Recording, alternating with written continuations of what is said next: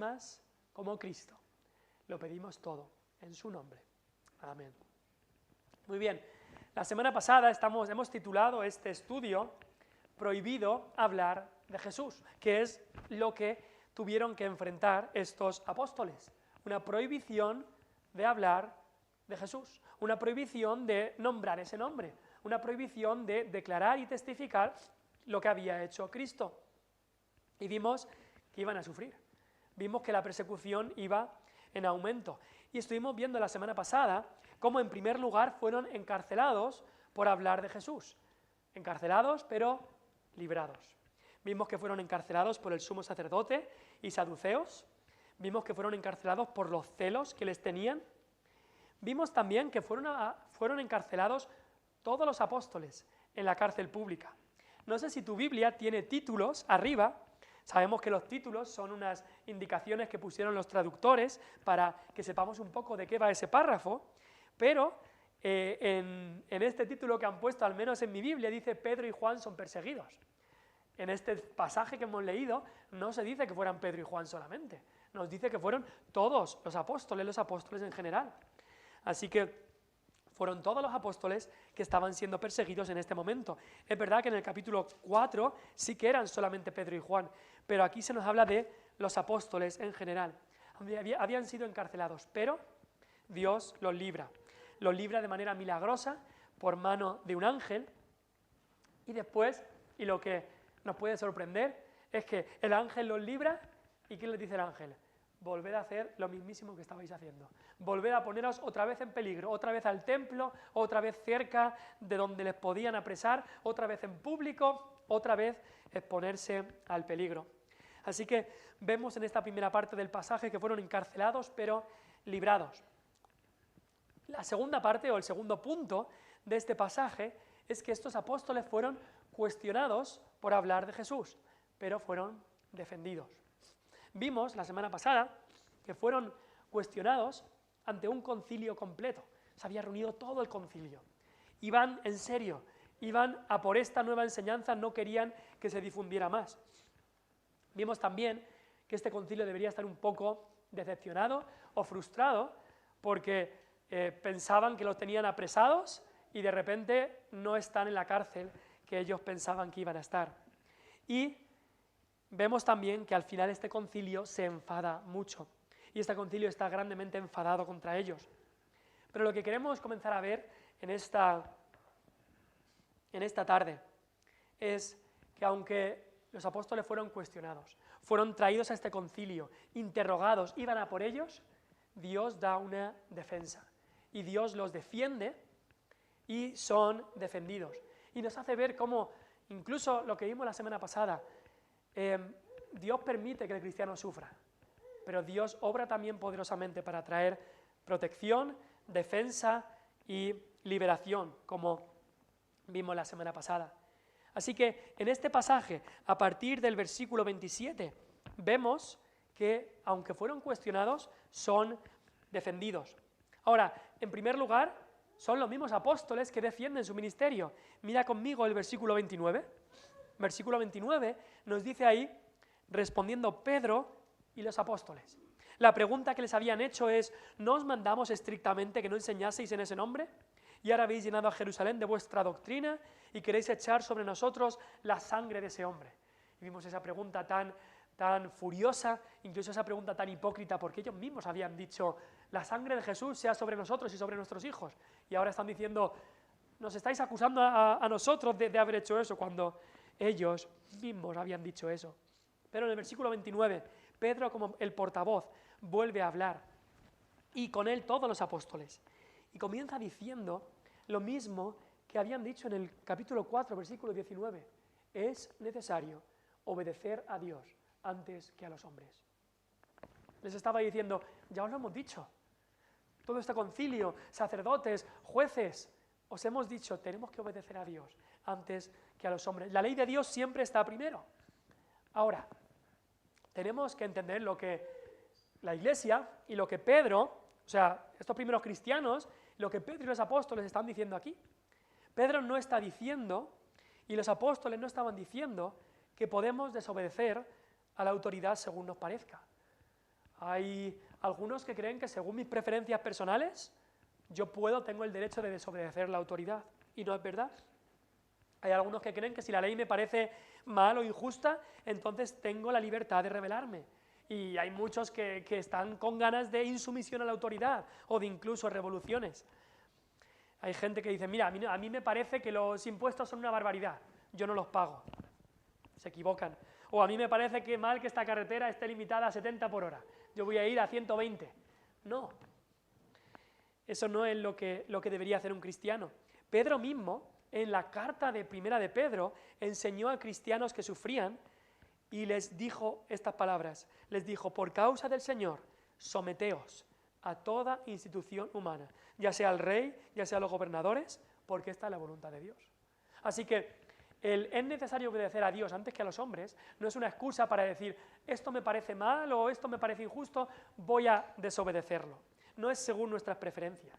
También sabemos que el apóstol Pablo, a los romanos, en Romanos 13, dijo, sométase toda persona a las autoridades superiores, porque no hay autoridad sino de parte de Dios, y las que hay por Dios han sido establecidas.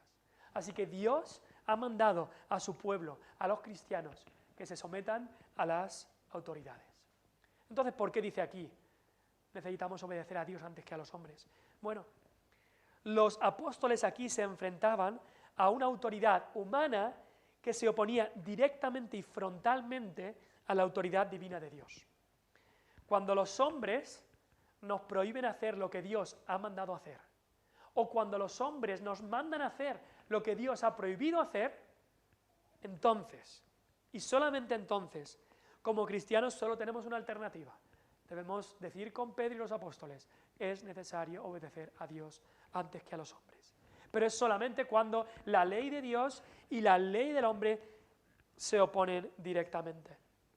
Cuando la autoridad dice, como dice en muchas partes del mundo, prohibido tener y leer una Biblia.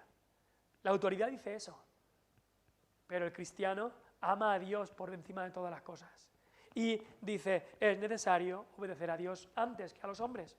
Cuando la ley dice, incluso lo dirá en el futuro quizás, cuando la ley dice, como médico, tú tienes que practicar abortos. Debemos obedecer a Dios, quien ha dicho, no matarás. Cuando un jefe dice al trabajador, si tú vas a trabajar aquí, debes mentir y decir esto o aquello que no es verdad. Debemos obedecer a Dios antes que a los hombres. Y Dios ha dicho, no dirás falso testimonio. Aquí Pedro y los demás apóstoles estaban marcando bien eso. Cuando la ley de Dios va en contra de cualquier ley humana, debemos obedecer a Dios siempre antes, aunque nos cueste lo que nos cueste. Hay veces que el mundo prohíbe cosas que Dios ha mandado, o hay veces que el mundo manda cosas que Dios ha prohibido. Debemos siempre obedecer la ley de Dios antes, porque Dios está por encima de todo. Pero eso no es excusa para buscar la manera de, según mis preferencias personales, yo tengo el derecho de rebelarme contra la ley. No. Dios ha dicho que en aquellas cosas que Dios no ha prohibido o Dios no ha mandado, debemos someternos a las autoridades que Dios ha puesto. Y así empieza Pedro y los apóstoles defendiendo este cuestionamiento que estaban recibiendo. Así empiezan esta defensa. Y después de esta defensa, Pedro y los demás continúan con el mensaje del Evangelio. Con el mensaje del Evangelio simple y claro, como antes lo habían predicado, como se había predicado en Pentecostés, como habían predicado en el pórtico de Salomón después de que el cojo se sanó o fue sanado, después como habían predicado delante del concilio en el capítulo 4, así siguen predicando el mismo Evangelio. E incluso nombran frases y palabras que habían nombrado antes. Dice ahí, el Dios de nuestros padres, le están predicando al mismo Sanedrín, a los mismos que habían juzgado y mandado a matar a Jesús, y les predican el Evangelio, el mismo mensaje. Dicen el versículo 30, el Dios de nuestros padres, y hay una referencia exactamente igual en el capítulo 3, versículo 13. Después dicen, el Dios de nuestros padres levantó a Jesús, capítulo 4, versículo 10, hay la misma referencia. Después dicen, a quien vosotros matasteis, capítulo 2, versículo 36, la misma referencia. Luego hablan de que Dios le exaltó con su diestra, en el 2:33 también encontramos eso. Y dice después que le levantó como príncipe y salvador, Hechos 4:12 dice también eso, que le levantó para dar a Israel arrepentimiento y perdón de pecados. También lo encontramos en el 2:38 y en el 3:19. Es decir, que en este evangelio se predicaba una y otra vez. Y después dicen, y nosotros somos testigos de estas cosas. El evangelio debe ser repetido, debe ser predicado una y otra vez. Y si algunos no han creído al evangelio, ¿qué es lo que necesitan? ¿Un nuevo mensaje? No, necesitan una y otra vez el evangelio. Hubo un predicador del siglo XVIII llamado Jorge Whitefield que predicaba mucho sobre el nuevo nacimiento. Y hubo una vez alguien que le vino y le dijo, Whitefield, ¿por qué siempre repites que te es necesario nacer de nuevo? ¿Sabes cuál es la respuesta que dio Whitefield? Dijo, porque te es necesario nacer de nuevo. ¿Cómo podemos hacer cuando hay personas que se endurecen al evangelio una y otra vez? Seguir predicando el evangelio. Seguir predicando el evangelio. Como esa gota que sigue cayendo y sigue cayendo y sigue cayendo. Quizás es una gotita solo, pero una gotita solo, al final Dios puede obrar para que sea un cubo entero. Pues así, Dios puede obrar cuando somos fieles y constantes en predicar el evangelio, quizás repetido una y otra vez, y cuando es la voluntad de Dios, Dios obra y salva y cambia. ¿Quién sabe si el mismo Saulo estaba aquí en este concilio escuchando todas estas cosas y después Dios salvó y transformó a Saulo? Así que los apóstoles continúan el mismo evangelio. Ahora sí que es verdad que hay dos aspectos nuevos que nombran en este mensaje evangelístico. Uno es que dicen, matasteis a Jesús colgándole en un madero, versículo 30. No habían dicho eso aún. Y eso es una clara referencia a Deuteronomio, versículo 21, Deuteronomio 21, versículo 23. Porque dicen, les están diciendo a los sacerdotes, habéis matado a Jesús colgándole en un madero. Ahora, estos sacerdotes sabrían la ley y sabrían que en la ley de Dios dice, maldito todo el que es colgado en un madero. Eso decía la ley de Dios. Y es que eso era exactamente la manera en la que tenía que morir Cristo. Porque la Biblia dice que Él fue maldito por nosotros. Esa maldición que caía en nosotros fue llevada por Él. Maldito todo el que es colgado en un madero. Cristo llevó la maldición para que nosotros no la tuviéramos que llevar. También otra cosa nueva que le dicen al Sanedrín es que el Espíritu Santo está en los que le obedecen. Dice ahí el versículo 32 que también el Espíritu era testigo, estaba dando testimonio de Cristo. Así que estos apóstoles se enfrentan a lo más de los gobernadores judíos, el concilio, los ancianos de toda Israel, de todas las tribus, están allí y son cuestionados, son juzgados por este tribunal tan potente, este tribunal supremo, si pudiéramos llamarlo así. Y estos cristianos, por el espíritu que estaba en ellos, dan testimonio y presentan defensa de su fe, predicando el evangelio. Hazte la pregunta a ti mismo, si conoces a Cristo como Salvador, ¿estás preparado o preparada para presentar defensa con mansedumbre y reverencia ante todo el que te mande razón de la esperanza que hay en ti? Esas palabras que acabo de decir son exactamente las palabras que utilizó Pedro en su primera carta de 1 de Pedro 3:15. Dice, debéis de estar preparados para presentar defensa, porque el mundo te va a atacar, el mundo te va a decir, y ese Cristo en el que tú crees, y esas cosas que tú haces, y esa Biblia que tú lees, y esa salvación que tú esperas, el mundo lo va a cuestionar. Como cristianos tenemos que estar preparados para presentar defensa. Los discípulos fueron cuestionados y Dios, por el Espíritu, permitió que ellos mismos pudieran defender la fe de Cristo, aunque eso quizá les meta en peligros. Ahora, ¿cuál fue la respuesta a esta defensa? En el versículo 33, ¿cuál es la respuesta del concilio? ¿Se arrepienten? Todo el concilio se siente compungido de corazón y claman a Pedro y le dicen, ¿qué podemos hacer para ser salvos? Pues no ocurrió eso, desgraciadamente. Nos leemos ahí en el versículo 33, que cuando este concilio, este consejo de todas las tribus de Israel, este tribunal, escucha el evangelio predicado, se enfurecen y quieren matarlos. se enfurecen y quieren matarlos. Así es la obra que hace el pecado en el corazón de la persona. No quiere escucharlo, quiere cualquier cosa menos Cristo, cualquier cosa menos el camino que Dios ha establecido. Y se enfurecían y querían matarlos. Así que Dios trae otra defensa. No solamente la defensa que los apóstoles se defienden por el Espíritu, se defienden ellos mismos, pero también son defendidos los apóstoles por un incrédulo, por una persona que no esperábamos que apareciera aquí.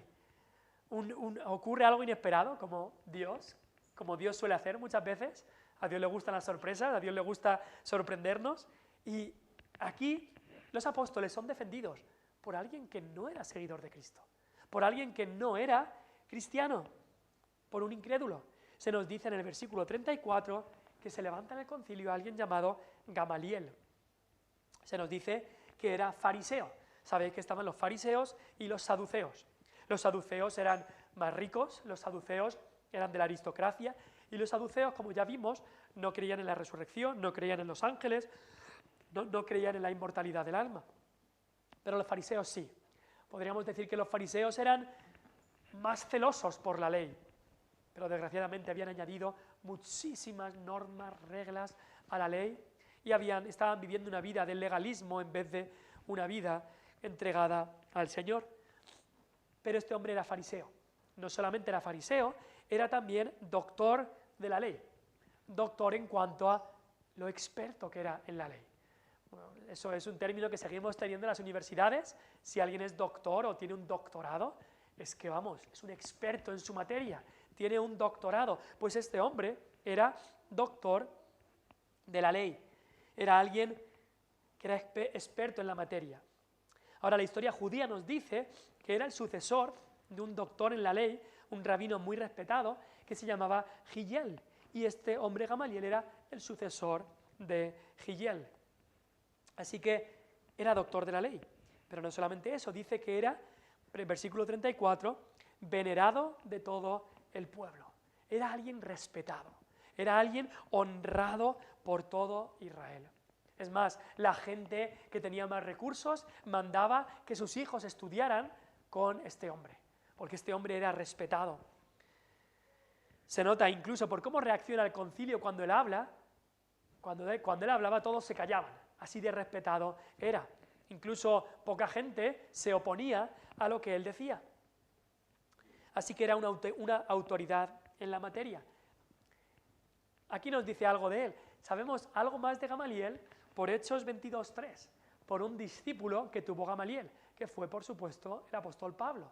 Saulo de Tarso fue uno de los discípulos, uno de los jóvenes que fueron instruidos por este hombre Gamaliel. En Hechos 22:3, Pablo dice que él era judío, nacido en Tarso de Cilicia, pero criado en Jerusalén. Criado, es decir, seguramente Pablo muy joven, Saulo de Tarso, muy joven, sus padres le enviaron a Jerusalén para que estudiara, para que se formara, para que fuera instruido por este rabino, este maestro, este doctor llamado Gamaliel, estrictamente conforme a la ley de nuestros padres. Así dice Pablo que fue instruido. Ahora, no hay ninguna evidencia de que este hombre Gamaliel fuera seguidor de Cristo. Él era fariseo y los fariseos no seguían a Cristo. Es verdad que era un hombre moderado, podríamos decir. Era un hombre que no buscaba ni venganza ni violencia, y quizá, no sabemos si quizá en este momento estuviera experimentando alguna lucha interna, pensando, este movimiento, estas enseñanzas de Jesús, ¿son verdad? ¿Son mentira? ¿Qué es lo que pasa? No lo sabemos. Pero en todo el libro de Hechos no se nos dice que se convirtiera, ni Pablo lo menciona en ningún lugar, así que suponemos que no se convirtió al cristianismo. Era un incrédulo, pero un incrédulo que Dios utilizó de una manera tremenda. Y es que muchas veces ocurre así. Dios levanta a personas inesperadas, personas que no pensamos que van a ayudar al cristianismo, personas que incluso son incrédulos, pero Dios los utiliza de una manera o de otra para defender su obra, para defender su iglesia. Y lo ha hecho en la historia y lo continúa haciendo. Podemos acordarnos de ese faraón en tiempos de José. José estaba ahí en la cárcel y ese faraón que saca a José de la cárcel hace a José el gobernador de todo Egipto y hace que todo el pueblo de Israel pueda ser protegido y pueda ser provisto comida para ellos y no mueran. Y ese faraón fue un amigo del pueblo de Israel y protegió al pueblo de Israel. Podemos pensar en Ciro. Ciro, un emperador del reino medo-persa, y Ciro, un hombre que, según nos cuenta la historia, era un hombre malvado, un hombre incrédulo, pero Ciro llega al poder y en uno de sus primeros decretos, él decreta que los judíos tienen el derecho de salir del reino, irse a Jerusalén y construir el templo. Esto lo hace un hombre que no era creyente. Así que sabemos que incluso los reyes, los gobernadores, los presidentes, los alcaldes, todo aquel que Dios le ha dado autoridad, al final y al cabo, están en las manos de Dios. Están en las manos de Dios y Dios, si quiere hacer algo, puede inclinar su corazón de este hombre o de aquel hombre para que defiendan su nombre, su iglesia o su obra, como lo hizo aquí con Gamaliel. Así que Gamaliel, leemos aquí que pide que salgan los apóstoles de la reunión por un momento y habla con el concilio a puerta cerrada. Y su argumento se puede resumir, el argumento que él hace a todo el concilio, se puede resumir en simplemente las palabras: esperemos y veamos a ver lo que pasa. Su argumento es: mira, vamos a esperar, no tomemos decisiones precipitadas y vamos a ver cómo acaba todo esto. Y por supuesto es sabiduría. Es sabiduría eso en todas las decisiones que tenemos que tomar. Es un proverbio, un refrán que el tiempo muchas veces pone a cada uno en su sitio. Muchas veces ocurre así. Y cuando somos precipitados quizá podemos tomar decisiones equivocadas, pero cuando esperamos y vemos las cosas poco a poco, muchas veces el tiempo pone a cada uno en su sitio. No siempre ocurre así, los proverbios y los refranes no son exhaustivos, pero es una cosa que ocurre y este hombre lo sabía. Ahora, y este hombre por eso les dice, versículo 35, mirad por vosotros lo que vais a hacer respecto a estos hombres. Les está diciendo, cuidado, cuidado con tomar decisiones precipitadas, cuidado con lo que vais a hacer. Y para apoyar su argumento, este hombre Gamaliel nombra dos historias recientes que habían ocurrido. En el versículo 36 nombra a un hombre llamado Teudas. Este hombre decía que era alguien importante. Quizá este Teudas se consideraba un Mesías, un tipo de Mesías, un enviado por Dios, y nos dice que tuvo hasta 400 seguidores. Jesús tuvo 12, luego 70, algo más, pero este hombre Teudas tuvo hasta 400 seguidores, pero al final, ¿qué pasó? Murió. Dice ahí, versículo 36, fue muerto. Es decir, quizá lo mataron a este hombre Teudas y todos sus seguidores se dispersaron. En poco tiempo, este gran movimiento que había empezado Teudas se quedó en la nada. Luego hubo otro, dice, Judas el Galileo, en los días del censo. Quizá esto fue en el mismo censo que llevó a José y María a Belén, no sabemos, pero nos dice que este hombre, Judas Galileo, arrastró con él a mucha gente. Pero al final ocurrió lo mismo. Este líder llamado Judas, el Galileo, dice, pereció también él, murió y se acabó todo. Sus seguidores, dice, fueron dispersados.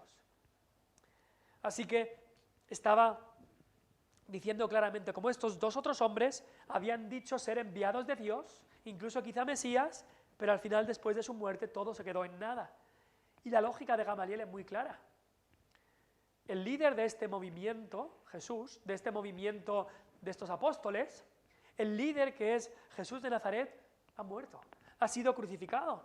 Así que Gamaliel está diciendo, si esto es simplemente un movimiento humano, si esto es simplemente de los hombres, se va a quedar en nada. Con el pasar del tiempo se quedará en nada. Pero si todo esto viene de Dios y todo esto continúa, les dice, ¿no querréis veros luchando contra Dios? Le dice eso al concilio. ¿No queréis estar oponiéndoos directamente a Dios y luchando contra Dios, no? Ahora, la lógica de Gamaliel también indirectamente mostraba que solo la resurrección de Cristo podía mantener vivo el movimiento, porque los otros habían muerto y se acabó todo. Pero Cristo, estos apóstoles estaban diciendo que había resucitado. Y la resurrección de Cristo era clara y evidente cuando se veía la vitalidad y el testimonio y el valor de estos hombres. Así que Dios utiliza a un incrédulo como Gamaliel para defender su nombre. Así que como cristianos podemos estar seguros de que Dios va a defender a los suyos. Muchas veces quiere que nosotros mismos seamos los medios por los que Él mismo defienda su nombre. Y aquí utiliza a los apóstoles para defenderse, para defender el cristianismo, para defender lo que creían. Pero también, en ocasiones, Dios utiliza a incrédulos. Dios utiliza a personas que no siguen a Cristo para defender y honrar su propio nombre. Así que, aunque fueron cuestionados, aunque fueron interrogados, Dios obró para que fueran defendidos. Y acabamos con el último punto, los últimos versículos. Habían sido encarcelados, habían sido cuestionados. Y ahora, leemos en el versículo 38, 39 para adelante, que fueron azotados por hablar de Jesús, pero gozosamente continúan. Encarcelados por hablar de Jesús, pero fueron librados. Cuestionados por hablar de Jesús, pero defendidos. Y ahora son azotados por hablar de Jesús, pero gozosamente continúan. Ahora, quizá por la lógica de las palabras de Gamaliel, por el respeto que se le tenía hacia su persona, una vez que Gamaliel ha hablado, el concilio le da la razón, le dice, por supuesto, tienes razón. Y nos dice ahí, en el versículo 40, y convinieron con él. Le dijeron, estamos de acuerdo, sí, Gamaliel, estamos de acuerdo. No debemos matarlos, porque hemos leído en el versículo 38, en el versículo 33, que querían matarlos, querían matar a todos los apóstoles. Ya está, si los matamos a todos, se acabó el movimiento. Pero Dios obra a través de Gamaliel para que no los mataran y se dan cuenta y le reconocen a Gamaliel, tiene razón, pero una cosa es darle la razón a Gamaliel y otra cosa es que la furia y el odio que tenían dentro se les vaya.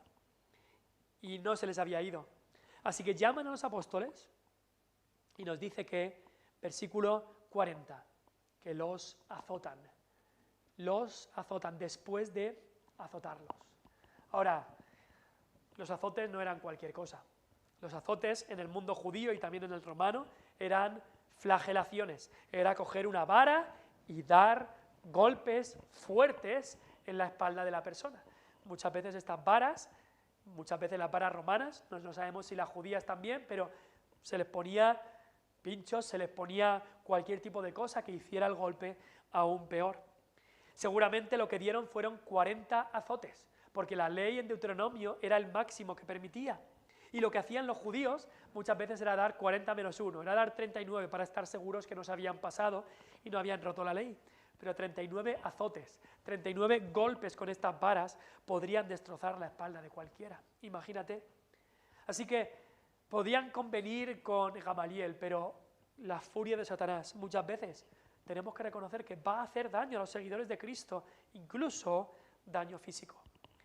Pero aún habiendo sufrido esto, aún habiendo sufrido en sus carnes por hablar de Jesús, aún teniendo la espalda destrozada, sangrando, quizá algún hueso roto, quizá hematomas que estarían por mucho tiempo, quizá no poder dormir por noches después de haber sufrido esto. Después de sufrir, leemos unas palabras que, lo he dicho en otras ocasiones, pero te deja la boca abierta y te pone los pelos de punta. Versículo 41. Y ellos salieron de la presencia del concilio, gozosos de haber sido tenidos por dignos de padecer afrenta por causa del nombre. ¡Qué palabras! Este versículo me ha chocado desde que era joven y lo leía.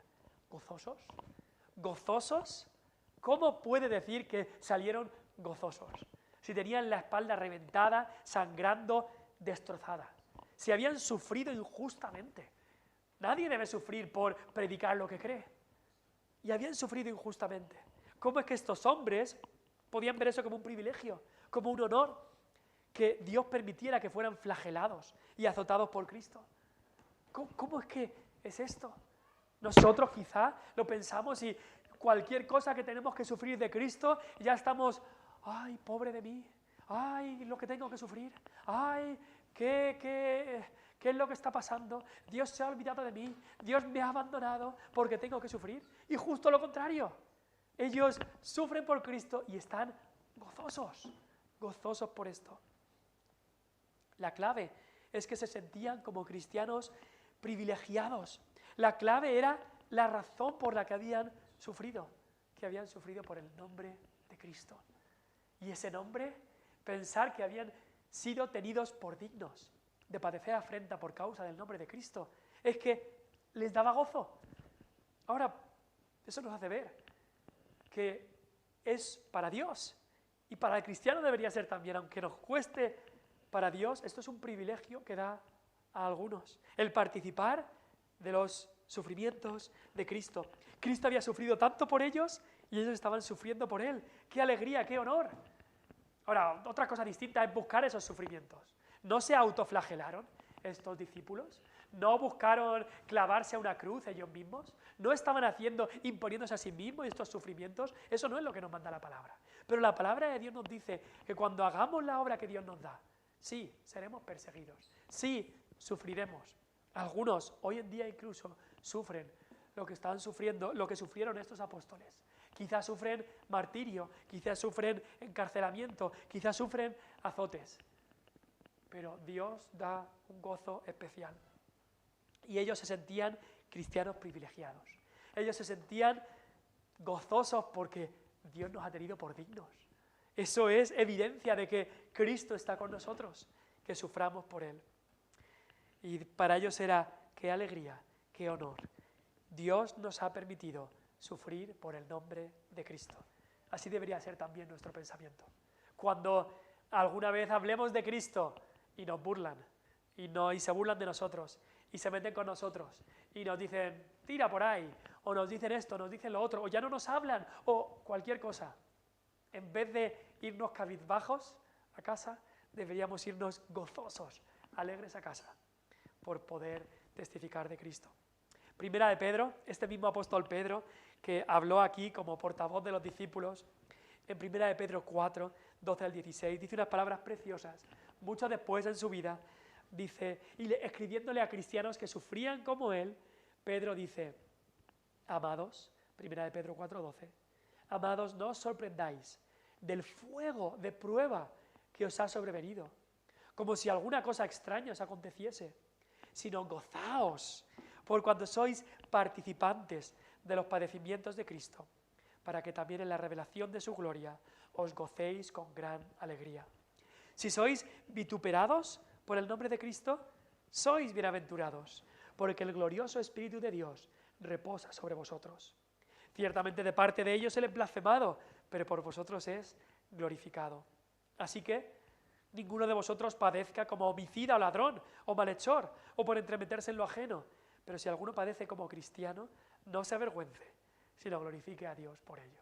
Y así salieron los apóstoles, glorificando a Dios. Gracias, Señor. Gloria a ti, Señor, que he podido sufrir por el nombre de Cristo. Así estaban estos apóstoles. Pero les había dicho el concilio claramente, os azotamos y les intiman, es decir, les amenazan, les dicen firmemente, no podéis hablar a nadie en el nombre de Jesús. Otra vez lo mismo, se nombra muchas veces en este pasaje, prohibido hablar de Jesús. ¿Y qué nos dice el último versículo?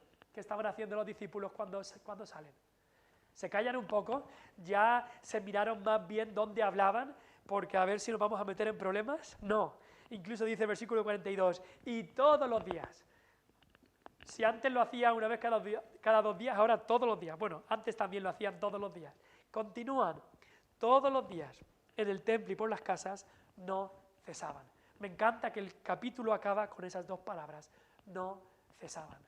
Este capítulo no para de decir que hablar de Jesús estaba prohibido. No lo querían los jueces, los gobernadores de ese tiempo de los judíos. Prohibido hablar de Jesús. Y ellos deciden, es necesario obedecer a Dios antes que a los hombres. No voy a cesar de predicar a Jesús. No voy a parar. Iban a predicar de Jesús.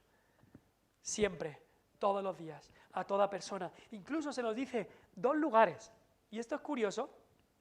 2 lugares donde iban a predicar y enseñar a Jesucristo. dice en el templo y por las casas. En el templo y por las casas. En el templo sabemos que ellos iban a predicar en el templo, en esos lugares públicos. Pero hay un patrón interesante en Hechos, que es que entre los cristianos se predicaba a Dios, a Cristo, públicamente, a veces en un templo, a veces en un lugar público, como el mercado, como el Areópago, como al lado de un río, lugares públicos, pero también se predicaba a Cristo por las casas, en las casas. En Hechos 2:46 vemos esto, dice ahí, perseverando unánimes cada día en el templo y partiendo el pan en las casas, comían juntos con alegría y sencillez de corazón. Aquí también nos lo dice, y luego el apóstol Pablo, en Hechos 20, hablándole a los ancianos de Éfeso, les dice, y nada que fuese útil, he rehuido de anunciaros y enseñaros públicamente y por las casas. Es un patrón bastante curioso que encontramos 3 veces en el libro de Hechos en cuanto a 2 lugares, públicamente y en las casas. Y en estos textos que hemos visto nos habla de que los cristianos tenían un lugar en el que se reunían públicamente, en el que se reunían todos juntos, todo el pueblo de Dios, todo en la congregación de los hijos de Dios en esa comunidad. Pero también se reunían, quizá en grupos más pequeños, quizá en visitaciones, también se reunían en una forma más privada, en una forma más en casa. Ahora, quizá muchas iglesias han olvidado este patrón, aunque en la historia de la iglesia se ha hecho de diferentes maneras, pero creo que debemos volver a buscar el patrón que encontramos aquí en el libro de Hechos, en los primeros cristianos. La iglesia debe reunirse públicamente. La iglesia debe reunirse todo el pueblo de Dios, y en nuestra iglesia nos reunimos los miércoles y también los domingos. Pero también debemos buscar oportunidades para, en las casas, con los nuestros, de una manera más privada, de una manera que quizá es más fácil tener a los nuestros, más fácil quizás en nuestras familias, o cuando nos reunimos con algún hermano, o cuando vamos a hacer un discipulado, una enseñanza, lo que sea, en casa, donde quizás surgen más preguntas, donde quizás hay un ambiente más familiar, podemos también hablar de la palabra, y debemos también hablar de la palabra, y ser edificados y ser instruidos, tanto públicamente, en los cultos públicos, como también en las casas, de una manera más privada, con nuestras familias, con otros hermanos. Así que es un patrón que la iglesia debe seguir, pero lo más importante es que no debemos dejar de predicar de Jesús. Aunque suframos, aunque nos lo prohíban, prohibido hablar de Jesús, la iglesia de Cristo debe continuar hablando y predicando a aquel que nos amó y dio su vida por nosotros. Oremos.